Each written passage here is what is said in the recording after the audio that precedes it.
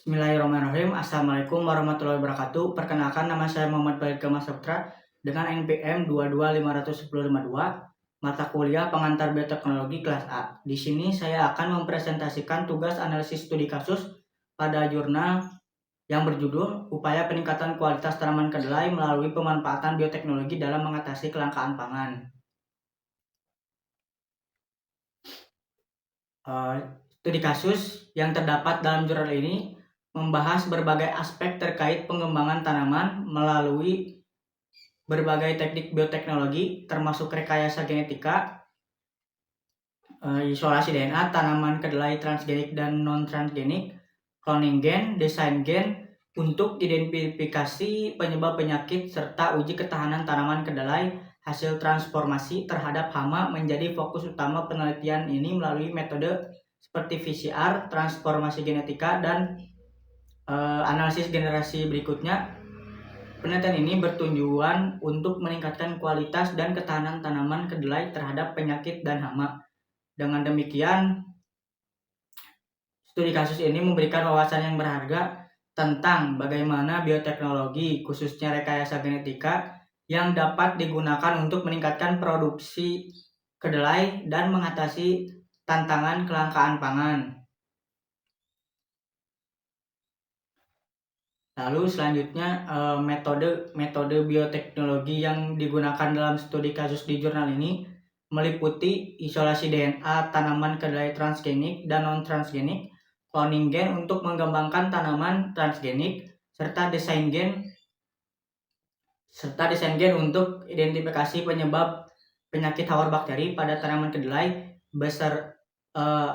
Proses isolasi DNA dilakukan dengan melarutkan sampel dalam 1 kali T buffer, kemudian dilakukan purifikasi DNA dengan menambahkan RNase dan proteinase K, diikuti dengan penambahan NaOHC dan ETOH absolut untuk menghasilkan pelet DNA yang kemudian disimpan dalam suhu minus 20 derajat Celcius.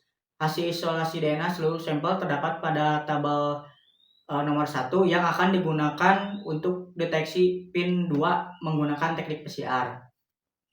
Lalu pada cloning fragmen DNA genom mengapit transposon telah berhasil diligasi ke dalam vektor plasmid PGMT-Z, kemudian membentuk plasmid rekombinasi PGMT38 dan transformasi ke dalam sel E. coli DH5-alpha. Lalu koloni putih hasil transformasi setelah diekstrak plasmid rekombinannya dipotong dengan EcoERI dan dipisahkan dengan elektroforesis gel agarosa 1%. Lalu pada tahap desain gen, hasil aplikasi sekuen gen CFL terhadap P. sirinae P. glycine menggunakan primer PSG CLF2 menunjukkan hasil negatif, ditandai dengan tidak adanya pita DNA pada gel elektroforesis. Ini menunjukkan bahwa bakteri target mungkin tidak memiliki gen CFL. Sesuai dengan temuan bahwa tidak semua Psirinae P. glycinea memiliki gen tersebut. Untuk membuktikan ketiadaan gen CFL, dilakukan uji induksi hipertrofi pada jaringan kentang yang juga memberikan hasil negatif, ditandai dengan tidak terbentuknya hipertrofi pada jaringan kentang yang diinfeksi. Berdasarkan nekrosis yang lemah pada uji virulensi dan patogenesitas, tidak terbentuknya hipertrofi dan tidak adanya pita gen CFL pada elektroforesis PCR, disimpulkan bahwa P. sirinae P. glycine tidak memiliki gen CFL. Lalu hasil proses transformasi genetika pada tanaman kedelai dengan perantara bakteri A. tumefaciens secara rinci terdapat pada tabel nomor 2. Tabel nomor 2 menunjukkan bahwa explant embrio dan kotilodon muda kedelai sangat responsif terhadap infeksi A. tumefaciens, sementara hasil transfer gen P2 pada explant kedelai melalui A. tumefaciens disajikan pada tabel 3 yang menunjukkan bahwa varietas Willis memberikan jumlah plantlet dan tanaman yang lebih banyak daripada tidar yang hanya menghasilkan satu tanaman. Hal ini disebabkan oleh disebabkan embrio somatik yang dihasilkan dari explant Willis berukuran lebih besar dan bentuknya lebih sempurna sehingga mudah dikecambahkan menjadi tanaman. Lalu embrio dari Explantidar walaupun jumlahnya lebih banyak daripada Willis, tetapi ukurannya lebih kecil dan kurang sempurna sehingga banyak yang gagal berkecambah dan akhirnya hanya diperoleh satu tanaman saja. Lalu selain itu, analisis molekuler dilakukan dengan metode PCR untuk mendeteksi gen P2 pada tanaman kedelai hasil transformasi, di mana hasil analisis menunjukkan bahwa hanya satu sampel tanaman yang mengandung gen PIN2.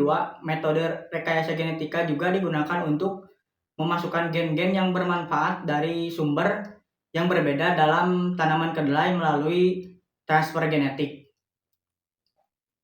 Lalu dalam hasil dan diskusi ini studi kasus tanaman kedelai, hasil analisis molekuler menunjukkan bahwa tanaman kedelai hasil transformasi dengan gen P2 melalui Agrobacterium tumefaciens memiliki pita sebesar 600 BP, menandakan keberhasilan transfer gen. Hal ini menunjukkan bahwa penerapan bioteknologi dalam pengembangan tanaman kedelai telah memberikan hasil positif dalam meningkatkan kualitas dan ketahanan tanaman.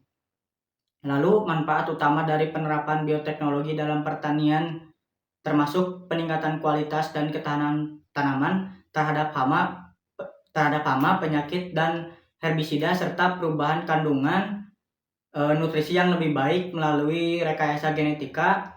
Tanaman kedelai dapat dimodifikasi untuk memiliki sifat-sifat yang diinginkan seperti ketahanan terhadap hama, penggerek polong. Namun penerapan bioteknologi dalam pertanian juga dihadapkan pada beberapa tantangan. Menurut Badan Pangan Dunia atau FAO, pertumbuhan penduduk yang pesat menjadi salah satu tantangan besar dalam penyediaan pangan dunia, yang memerlukan sektor pertanian untuk lebih produktif guna memenuhi kebutuhan pangan yang meningkat hingga 70%. Selain itu, terdapat kekhawatiran terkait aspek keamanan pangan dan lingkungan terkait dengan penggunaan tanaman transgenik. Implikasi dari penerapan bioteknologi dalam pertanian seperti yang terlihat dalam studi kasus tanaman kedelai ini adalah adanya potensi untuk meningkatkan produksi pangan secara efisien dan berkelanjutan melalui rekayasa genetika. Tanaman kedelai dapat dikembangkan untuk memiliki sifat-sifat yang lebih unggul sehingga dapat membantu mengatasi tantangan kelangkaan pangan di masa depan. Namun penting untuk terus melakukan penelitian dan pengembangan yang berkelanjutan untuk memastikan keamanan dan keberlanjutan dari penerapan bioteknologi dalam pertanian. Dengan demikian, penerapan teknologi bioteknologi ini dalam pertanian ini seperti yang terdapat dalam studi kasus tanaman kedelai menawarkan manfaat yang signifikan dalam meningkatkan kualitas dan produktivitas tanaman, namun juga menghadapi tantangan dan implikasi yang perlu diperhatikan secara cermat untuk memastikan keberlanjutan dan keberhasilan jangka panjang. Lalu kesimpulannya berdasarkan dari studi kasus di jurnal ini dapat disimpulkan bahwa penerapan bioteknologi dalam pertanian, khususnya pengembangan tanaman kedelai, memiliki potensi besar untuk meningkatkan kualitas, produktivitas, dan ketahanan tanaman terhadap hama dan penyakit. Rekayasa genetika telah terbukti efektif dalam menghasilkan tanaman kedelai transgenik yang lebih unggul dalam berbagai aspek. Untuk pengembangan lebih lanjut dalam bidang bioteknologi pertanian, disarankan untuk terus melakukan penelitian dan inovasi dalam hal rekayasa genetika untuk mengidentifikasi gen-gen yang dapat meningkatkan kualitas dan tanaman kedelai secara lebih efisien. Selain itu juga penting untuk memperhatikan aspek keamanan pangan dan lingkungan dalam pengembangan tanaman transgenik, serta melakukan uji ketahanan dan keamanan secara menyeluruh sebelum disebarkan secara luas. Lalu rekomendasi lainnya yaitu seperti kolaborasi antar peneliti, institusi dan pemerintah juga diperlukan untuk mendukung pengembangan teknologi bioteknologi pertanian yang dapat memberikan manfaat maksimal bagi pertanian dan ketahanan pangan global.